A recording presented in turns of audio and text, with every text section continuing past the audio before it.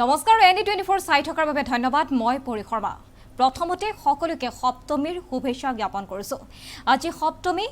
কৰুণাসৃষ্ট পৰিবেশৰ মাজতে অনুষ্ঠিতকৈ দুৰ্গোৎসৱৰ আয়োজন কৰা দেখিবলৈ পোৱা গৈছে আজি সপ্তমী ৰাজ্যৰ ভিন্ন প্ৰান্তৰ পূজা মণ্ডপসমূহ পুৱাৰে পৰা এক মাংগলিক পৰিবেশে বিৰাজ কৰা দেখিবলৈ পোৱা গৈছে ৰাজ্যৰ ভিন্ন প্ৰান্তৰ সেই দৃশ্যাংশ আমি আপোনালোকক দেখুৱাম যেহেতু কৰ্ণাটকৰ মাজতে অনুষ্ঠিতকৈ পালন কৰা হৈছে দুৰ্গা পূজা আৰু জটিল পৰিস্থিতিৰ পৰা পৰিত্ৰাণ পাবৰ বাবে দুৰ্গতিনাশিনী দেৱী দুৰ্গাক এতিয়া আৰাধনা কৰাত ব্যস্ত হৈ পৰিছে ভক্তসকল ভক্তপ্ৰাণ ৰাইজৰ মাজত পূৰ্বৰ দৰে সেই উৎসাহ উদ্দীপনা দেখিবলৈ পোৱা নাই যদিও বহু পূজা মণ্ডপত পুৱাৰে পৰা কিছু ভিৰ দেখিবলৈ পোৱা গৈছে দেৱী দুৰ্গাক আৰাধনা কৰিবৰ বাবে এনেদৰে পুৱাই ভক্তপ্ৰাণ ৰাইজে এনেদৰে পূজা মণ্ডপলৈ ঢাপলি মৰা মেলা দেখিবলৈ পোৱা গৈছে দেৱী বন্দনাৰে এতিয়া মুখৰিত হৈ পৰিছে ৰাজ্যৰ ভিন্ন প্ৰান্ত আজি মহাসপ্তমী পূজা আৰু কাল ৰাত্ৰি ৰূপত পূজিত কৰা হ'ব দেৱী দশভূজাক আৰু বৈদিক ৰীতি নীতিৰে দেৱী দুৰ্গাৰ নৱপত্ৰিকা প্ৰৱেশ স্থাপন আৰু সপ্তমাদি কল্পাৰম্ভ আৰম্ভ হ'ব পঞ্জিকাৰ নিয়ম অনুসৰি আজি পুৱা 8:17 ভিতৰত দেৱীৰ নৱপত্ৰিকা প্ৰৱেশ স্থাপন আৰু সপ্তমী বিহিত পূজা আৰম্ভ হ'ব নিশা 10:45 যোৱাৰ পৰত 11:33 ভিতৰত দেৱীৰ অৰ্ধৰাত্ৰ বিহিত পূজা আৰম্ভ হ'ব সপ্তমী পূজাৰ দিনাই দেখিবলৈ পোৱা যাব ৰাজ্যৰ শক্তিপীঠসমূহত লগতে দেৱীপীঠ আৰু দেৱালয়সমূহত ভিন্ন প্ৰকাৰৰ বলিও সম্পন্ন হয় আজি সপ্তমী পূজা আৰু পুৱাৰে পৰাই ৰাজ্যৰ ভিন্ন প্ৰান্তৰ পূজা মণ্ডপসমূহত দেখিবলৈ পোৱা গৈছে কিছু সংখ্যক লোকৰ ভিৰ হোৱা দেখিবলৈ পোৱা গৈছে আমি পূজাৰ সেই সামগ্ৰিক পৰিৱেশ দেখুৱাবৰ বাবে পোনে পোনে সংযুক্ত হৈছোঁ নুপুৰ বৰুৱাৰ সৈতে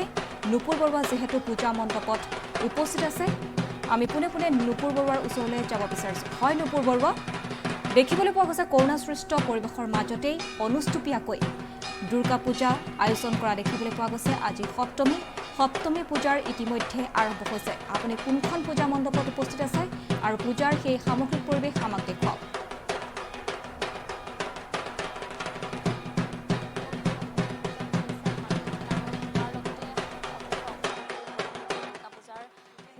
জ্ঞাপন কৰিছোঁ আৰু মই বৰ্তমান উপস্থিত আছোঁ পাঞ্জাবাৰীৰ এখন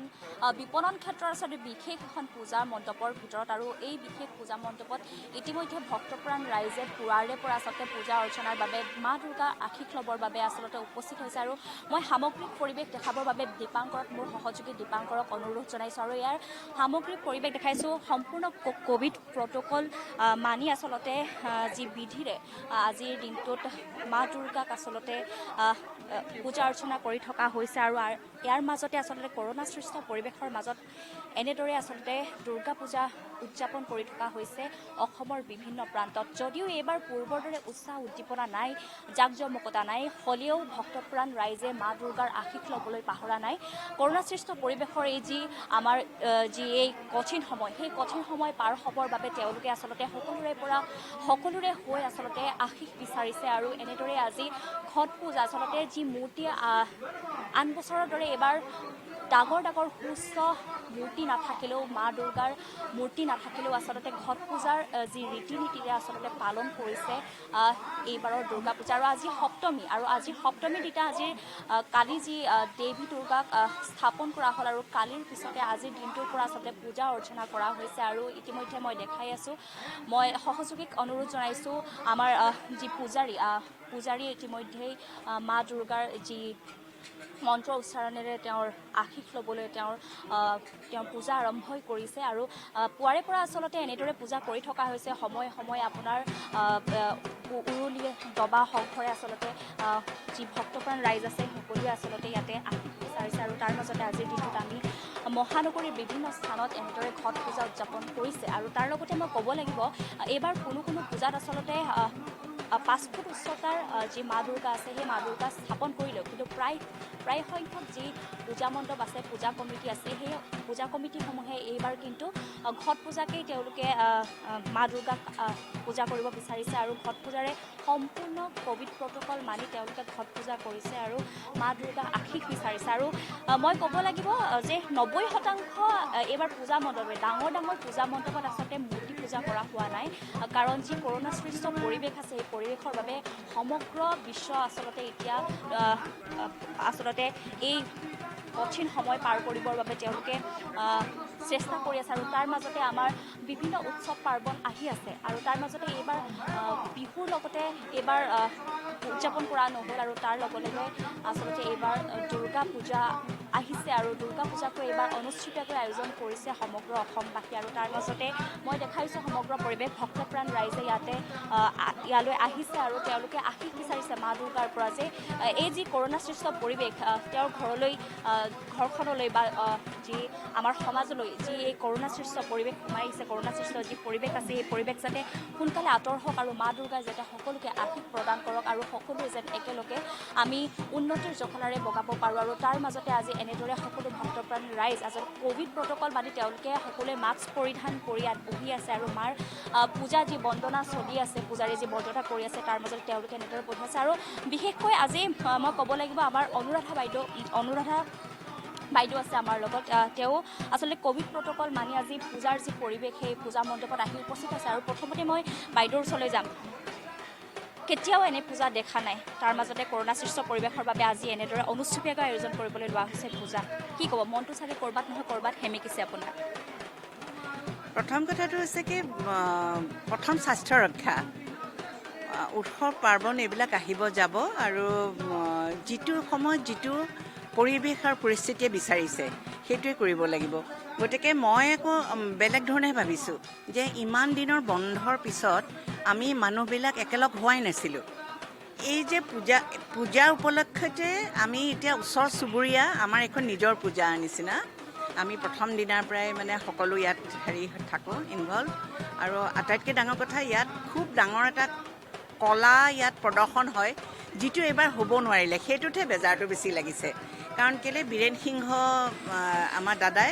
তেখেতে গেট কৰে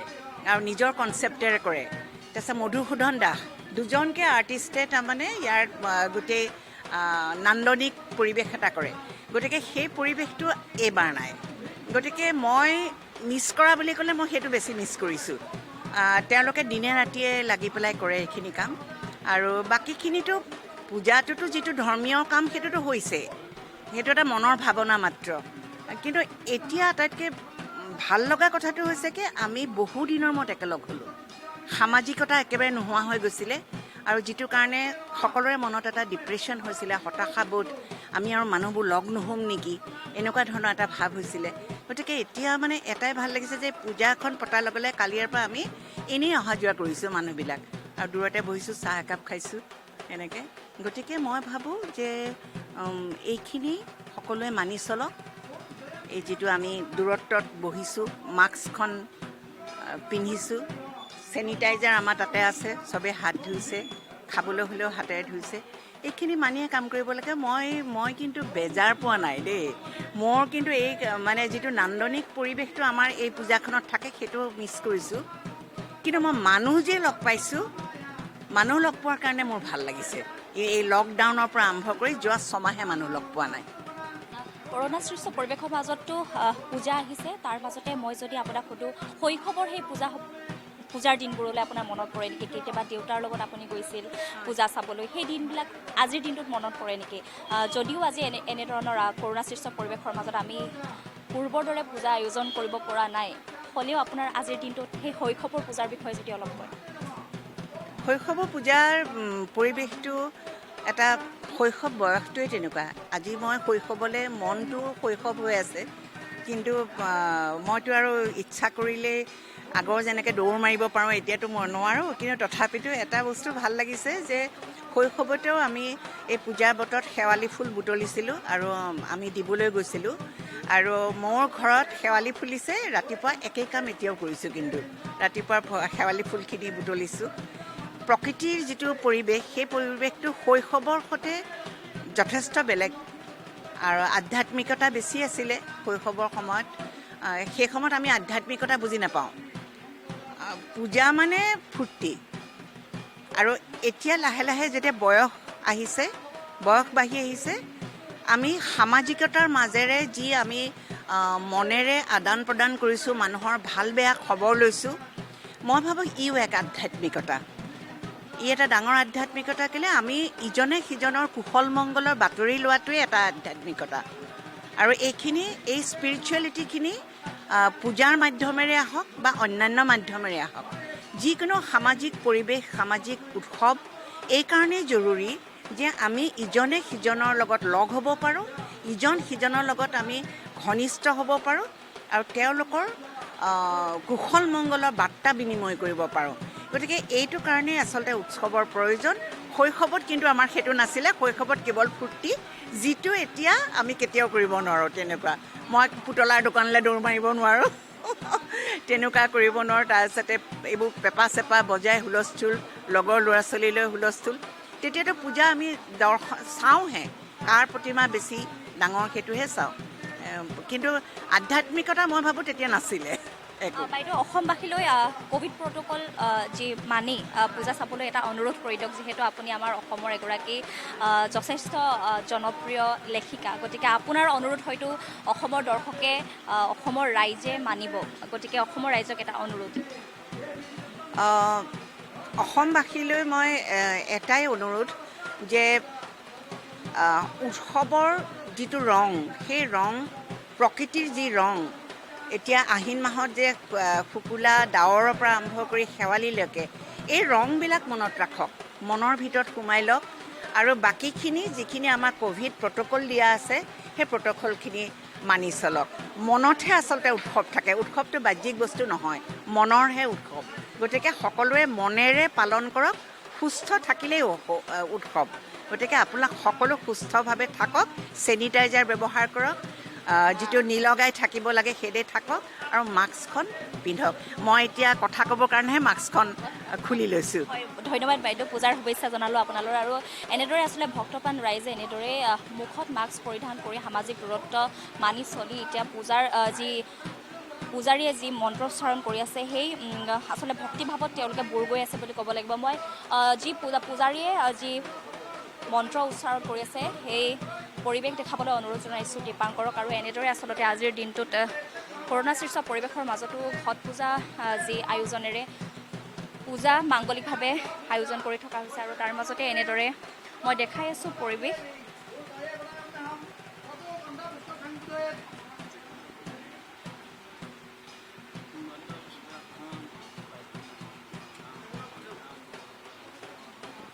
এনেদৰে আচলতে মন্ত্ৰ উচ্চাৰণে তেওঁলোকে মা দুৰ্গাক পূজা অৰ্চনা কৰি আছে আৰু মই দেখাই আছোঁ পৰিৱেশ এনেদৰে আচলতে এইবাৰ সুউচ্চ যি আমাৰ প্ৰতি বছৰে থাকে মা দুৰ্গাৰ মূৰ্তি এইবাৰ নাই কিন্তু হ'লেও মই পোনে পোনে পূজাৰীৰ ওচৰলৈ আহিব বিচাৰিছোঁ আজিৰ দিনটোত সপ্তমী আৰু মা দুৰ্গাক আজি স্থাপন হৈছে তো আজিৰ দিনটোৰ মহত্ব আপোনাৰ মুখেৰে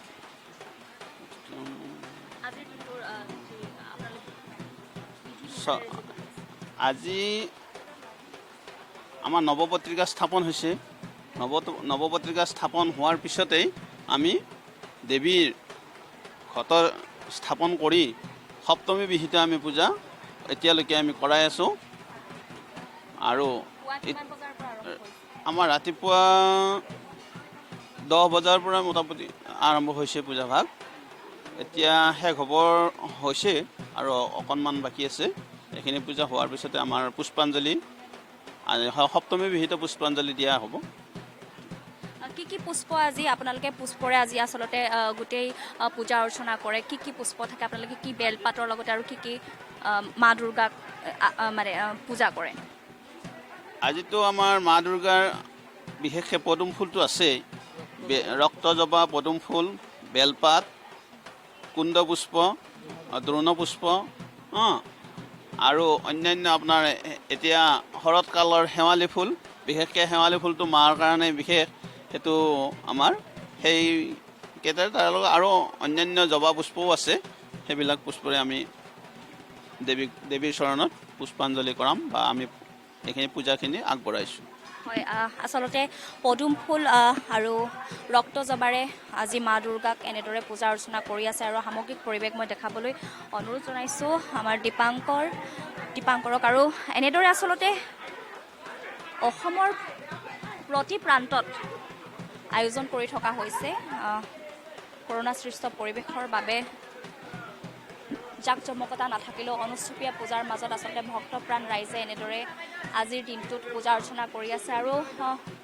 মই আচলতে আমাৰ সকলোৱে জেলেপি খাইছে পূজাত আচলতে এটাই কথা কোৱা হয় পূজাত আচলতে প্ৰিয় খাদ্য মানুহৰ জেলেপিয়ে হয় আৰু জেলেপি খাই পূজা আপোনালোকে যি মা দুৰ্গাৰ আশীষ ল'বলৈ আহিছে কি ক'ব আমি আচলতে ইয়াত আজি 3 বছৰ হৈছে আমি পূজা ভাগ পাতিবলৈ লোৱা আমি মা দুৰ্গাৰ মানে আশীৰ্বাদ ল'বৰ কাৰণে ইয়াত যিটো আমি আৰম্ভ কৰিছিলোঁ সেইদৰে এইবাৰ মানে প্ৰথমবাৰ আচলতে আমি খুব সাধাৰণভাৱে কলপুলিৰে এনেকৈ পূজা ভাগ পতাৰ কথা ভাবিছিলোঁ কিন্তু ইমান মানুহৰ উৎসাহ আৰু উদ্দীপনাত মানে আমি বহুত মানে প্ৰথম বছৰতে আমি যথেষ্ট ভালকৈ মানে একো পইচা পাতি নোহোৱাকৈ আমি বহুত ভালকৈ পূজা ভাগ পাতিব পাৰিলোঁ জাক জমকতাৰে গতিকে সেই 2 বছৰ গ'ল এইবাৰ আকৌ আমাৰ কৰোণাৰ কাৰণে আমি এবাৰ যিটো প্ৰথমবাৰ ভাবিছিলোঁ সেইধৰণে আমি আচলতে এইবাৰ মানে পূজা ভাগ পাতিব পাৰিলোঁ সেইকাৰণে আমাৰ মানে যদিও আমি জাক জমকতা নাই বা আমি ঘটত পূজা কৰিছোঁ আমি মানে মাৰ আশীৰ্বাদত যথেষ্ট ভালকৈ এতিয়ালৈকে আমাৰ কামখিনি হৈ আছে আৰু যাতে পূজা ভাগ ভালকৈ হয় সেইটোৱে আমি কামনা কৰিছোঁ দেখিছে আপোনালোকে আজি পূজাৰ যি আমাৰ সকলোৰে প্ৰিয় জেলেপি আৰু জেলেপি এনেদৰে পূজাৰ মণ্ডপত এতিয়া সকলোৱে একেলগে বহি আচলতে জেলেপি খাই আছে আৰু এইবাৰ আচলতে পূজা সঁচাকৈ পূৰ্বৰ দৰে নহয় এইবাৰ কোভিড প্ৰট'কল মানি আমি চেনিটাইজাৰ ব্যৱহাৰ কৰি আমি মাস্ক পৰিধান কৰি এইবাৰ পূজা আচলতে অনুষ্ঠিতকৈ আয়োজন কৰিছে আৰু সেই পূজাৰে আচলতে আমি কেৱল আশীষ বিচাৰি মা দুৰ্গাৰ ওচৰলৈ আহিছোঁ আৰু অসমবাসী ৰাইজক মই নুপুৰে ইয়াৰ পৰা সকলোলৈ পূজাৰ শুভেচ্ছা জ্ঞাপন কৰিছোঁ আৰু কোভিড প্ৰট'কল মানি সকলোকে পূজাৰ আনন্দ ল'বলৈ অনুৰোধ জনাইছোঁ কাৰণ আপোনালোকৰ অকণমান অসাৱধানতাই আপোনালোকক বিপদত পেলাব কাৰণ আপোনালোকে যদি চেনিটাইজ ব্যৱহাৰ নকৰে বা মুখত যদি মাস্ক পৰিধান নকৰে তেতিয়াহ'লে আপোনালোকে আপোনাৰ হৈ নাথাকিলেও আচলতে কোভিড আন 10জনৰ পৰা আপোনালৈ বিয়পিব পাৰে গতিকে আপুনি সাৱধান হওক আপুনি সাৱধান হ'লে আপোনাৰ ঘৰখন সুৰক্ষিত থাকিব আৰু ঘৰখন সুৰক্ষিত মানে আচলতে সমাজ সুৰক্ষিত হৈ থাকিব আৰু এনেদৰে আমি আচলতে এইবাৰ সকলোৱে মাৰ বান্ধি কৰোণাৰ বিপক্ষে থিয় দিব লাগিব আৰু এনেদৰেই মা দুৰ্গাৰ যি আশীষ ল'ব লাগিব আৰু পূজা উদযাপন কৰিব লাগিব নুপুৰে সেয়া আমাৰ সামগ্ৰিক পৰিৱেশ দেখুৱালে পূজা মণ্ডপৰ সেই দৃশ্যাংশ দেখুৱাইছে কোভিড প্ৰট'কল মানি এনেদৰে কম সংখ্যক লোকে পূজাৰ মণ্ডপত আহি দেৱী দুৰ্গাৰ আশীষ লোৱা দেখিবলৈ পোৱা গৈছে গুৱাহাটীৰ সেই পূজা মণ্ডপৰ দৃশ্যাংশ দেখুৱালে আমাক নুপুৰে আজি সপ্তমী আৰু সপ্তমীৰ পূজা ইতিমধ্যে আৰম্ভ হৈছে এক মাংগলিক পৰিৱেশে বিৰাজ কৰা দেখিবলৈ পোৱা গৈছে দুৰ্গা পূজাৰ যে পূৰ্বৰ আনন্দ সেই আনন্দ যেন এইবাৰ ম্লান পৰা পৰিলক্ষিত হৈছে কোভিড সৃষ্ট পৰিৱেশৰ বাবে এইবাৰ ম্লান পৰিছে কাৰণ পূজা উদযাপন কৰিবৰ বাবে চৰকাৰে বহু নীতি নিৰ্দেশনা বান্ধি দিয়া দেখিবলৈ পোৱা গৈছে আৰু অতিমাৰী কৰোণাৰ বাবে এই পদক্ষেপসমূহ গ্ৰহণ কৰা দেখিবলৈ পোৱা গ'ল আৰু তাৰ মাজতে বহু লোকে দেৱী দুৰ্গাৰ আশীষ ল'বলৈ ওলাই আহিছে আৰু পুৱাৰ পৰাই ৰাজ্যৰ ভিন্ন প্ৰান্তৰ পূজা মণ্ডপসমূহত এক মাংগলিক পৰিৱেশে বিৰাজ কৰা দেখিবলৈ পোৱা গ'ল আজি সপ্তমী পূজা আৰু কাল ৰাত্ৰিৰ ৰূপত পূজিত হ'ব দেৱী দশভূজা বৈদিক ৰীতি নীতিৰে দেৱী দুৰ্গাৰ নৱপত্ৰিকা প্ৰৱেশ স্থাপন লগতে সপ্তমাদি কল্পাৰম্ভ হ'ব 8 বাজি পুৱা 8 বাজি 17 মিনিট 44 ছেকেণ্ডৰ ভিতৰত দেৱীৰ নৱপত্ৰিকা প্ৰৱেশ স্থাপন আৰু সপ্তমী বিহিত পূজা আৰম্ভ ইতিমধ্যে হৈ গৈছে